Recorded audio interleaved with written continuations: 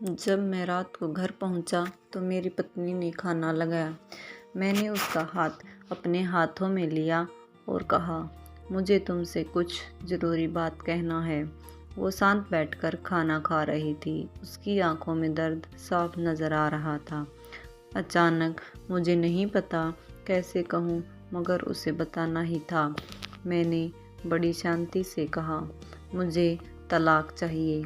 लगा जैसे उसे मेरे शब्दों से कुछ फर्क नहीं पड़ा, बल्कि उसने मुझसे पूछा, क्यों तलाक चाहिए। मैंने उसके सवाल को अनसुना किया तो उसे गुस्सा आ गया। उसने चम्मच उठाकर फेंक दिया और ज़ोर से चिल्लाई, तुम इंसान नहीं हो। उस रात हमने एक दूसरे से बात नहीं की थी। वो रो रही थी। मुझे पता था कि वो जानना चाहती थी कि आखिर ऐसा क्या हुआ है जो हमारा रिश्ता टूटने की कगार पर आ गया। पर मेरे लिए उसके सवालों का जवाब दे पाना नामुमकिन था। मैं अब किसी और से प्यार करने लगा हूँ। अब मुझे उससे प्यार नहीं रहा। मैंने उसे उसके बरसों के प्यार की सजा दी थी। भरे मन से मैंने तलाक के पेपर तैयार किए। उसमें लिखा था कि वह पूरा घर, कार और कंपनी के 30% शेयर ले सकती है इस तलाक के बदले में। लेकिन उसने उन पेपर्स को देखा और उनके टुकड़े टुकड़े कर दिए। और वो औरत जिसने मेरे साथ जीवन के 10 साल बिताए थे, वो आज अनजान हो चुकी थी। मुझे इन 10 सालों का जो उसने मेरे लिए बर्बाद किए, मगर मैं क्या करूं? जो हो चुका उसे मैं बदल नहीं सकता था, क्योंकि मैं और किसी से अपनी पत्नी से भी ज़्यादा प्यार करने लगा था। आखिरकार उसके सब्र का बांध टूट गया और वो फूट फूट कर रोने लगी। मेरे लिए उसका रोना एक तरह से उसकी रिहाई की तरह था। तलाक के बाद जो कई दिनों से मुझे परेशान कर रही थी, अब बिल्कुल साफ हो चुकी थी। अगले दिन मैं घर काफ़ी लेट आया। मैंने देखा कि वो टेबल पर बैठकर कुछ लिख रही थी। मैंने शाम का खाना नहीं खाया, लेकिन फिर भी मैं सीधे ऊपर जाकर अपने कमरे में सो गया, क्योंकि पूरा दिन प्रिया के साथ रहने और कई जगह घूमने के बाद मैं थक गया था। वो शायद रात को उसी टेबल पर लिखते लिखते सो गई थी। सुबह उसने तलाक देने की शर्तें बताई। वो मुझसे कुछ भी लेना नहीं चाहती थी। उसे सिर्फ तलाक से पहले 1 महीने का समय चाहिए था। उसने आग्रह किया कि इस 1 महीने में हम दोनों वही पुराना वाला जीवन जिए जितना संभव हो सके, क्योंकि आने वाले महीने में हमारे बेटे की परीक्षा है। वह नहीं चाहती थी कि हमारे टूटे रिश्ते का प्रभाव उसकी पढ़ाई पर पड़े। मुझे भी यह ठीक लगा, मगर वो कुछ और भी चाहती थी। जैसे शादी के दिन मैं उसे उठाकर अपने शयन कक्ष तक ले गया था, उसी तरह हर रोज़ 1 महीने तक मैं उसे शयन कक्ष तक उठाकर मुख्य द्वार तक ले जाऊं। मुझे लगा यह पागलपन है, मगर इन आखिरी दिनों को थोड़ा अच्छा बनाने के लिए मैंने उसकी शर्त स्वीकार कर ली। मैंने प्रिया को अपनी पत्नी की सभी शर्तें बताई। वो हंसने लगी। उसे लगा मेरी पत्नी कितने भी तरीके अपना ले, तलाक होना तो तय है।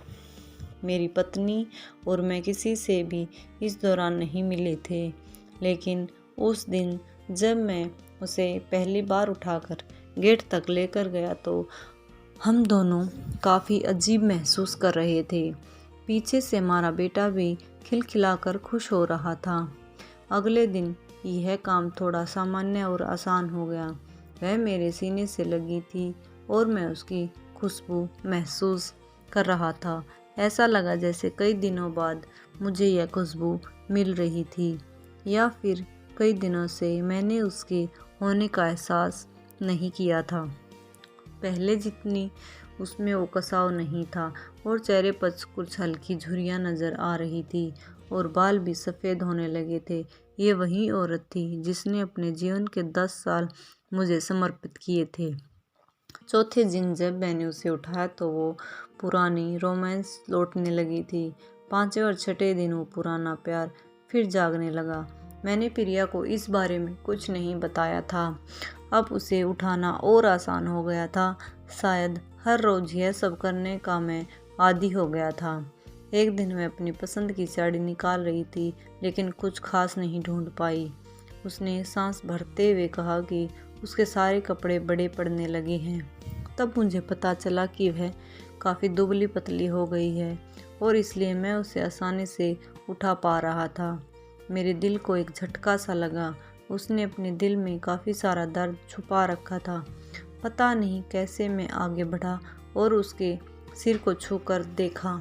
अचानक हमारा बेटा आया और बोला कि पापा, ये तो मम्मा को उठाकर बाहर ले जाने का समय हो गया है।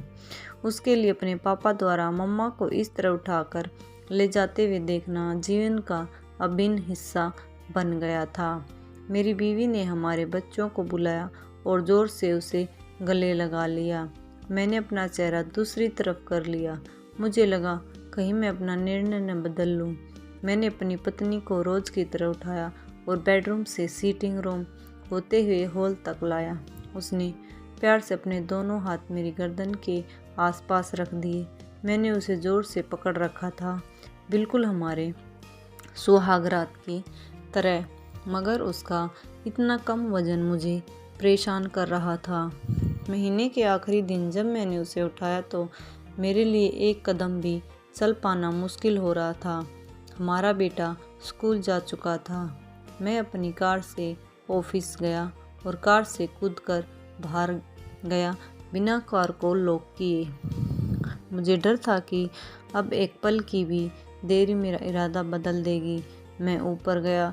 प्रिया ने दरवाज़ा खोला और मैंने उससे कहा, सॉरी प्रिया, अब मैं अपनी पत्नी से तलाक लेना नहीं चाहता। उसने मुझे देखा और मेरे सिर पर हाथ फेरकर कहा, तुम्हें बुखार तो नहीं है? मैंने उसका हाथ हटाया और कहा, सॉरी प्रिया, अब मुझे अपनी पत्नी से तलाक नहीं चाहिए। हमारी शादीशुदा ज़िंदगी शायद हम दोनों के ध्यान न देने की वजह से बोरिंग हो गई थी, लेकिन इसका मतलब यह कतई नहीं कि हम एक दूसरे से प्यार नहीं करते। अब मुझे एहसास हुआ है कि जिस दिन मैं उसे शादी करके अपने घर लाया था, उस दिन से जीवन के आखिरी दिन तक मुझे उसका साथ निभाना है। प्रिया के होश उड़ गए। उसने मुझे एक जोरदार चांटा जड़ दिया मेरे मुंह पर। वह रोने लगी और दरवाज़ा अंदर से बंद कर लिया। मैं सीढ़ियों से नीचे उतरा और आकर अपनी कार में बैठ गया। आगे एक फूल वाले की दुकान पर रुका और अपनी प्यारी पत्नी के लिए एक सुंदर सा गुलदस्ता लिया। दुकानदार ने पूछा कि इस पर क्या लिखना है। मैंने मुस्कुराते हुए कहा, मैं तुम्हें जीवन के आखिरी दिन तक यूं ही उठाता रहूँगा, मेरी अर्धांगिनी। उस शाम जब मैं घर आया, हाथों में गुलदस्ता लिए, मेरे चेहरे पर एक मुस्कान थी। मैं ऊपर अपने कमरे की तरफ भाग कर गया, लेकिन तब तक वह मुझे छोड़कर इस दुनिया से जा चुकी थी, हमेशा के लिए। वो कई महीनों से कैंसर से लड़ रही थी, लेकिन मैं प्रिया के साथ इतना खोया हुआ था कि कभी ध्यान ही नहीं रहा। उसे पता था वह जल्द ही मुझे छोड़कर जाने वाली है, इसलिए मुझे और मेरे बेटे के रिश्ते को टूटने से बचाना चाहती थी। मैं नीच उससे तलाक लेना चाहता था, लेकिन फिर भी उसने मुझे अपने बच्चों की नज़र में एक प्यारा पति और पिता बना दिया था। जीवन की छोटी छोटी बातें रिश्तों में बहुत महत्व रखती हैं। बड़ा घर, बड़ी कार और बैंक बैलेंस ये खुशियों का हिस्सा जरूर बन सकते हैं, मगर अपनों के बिना इनकी कोई कीमत नहीं।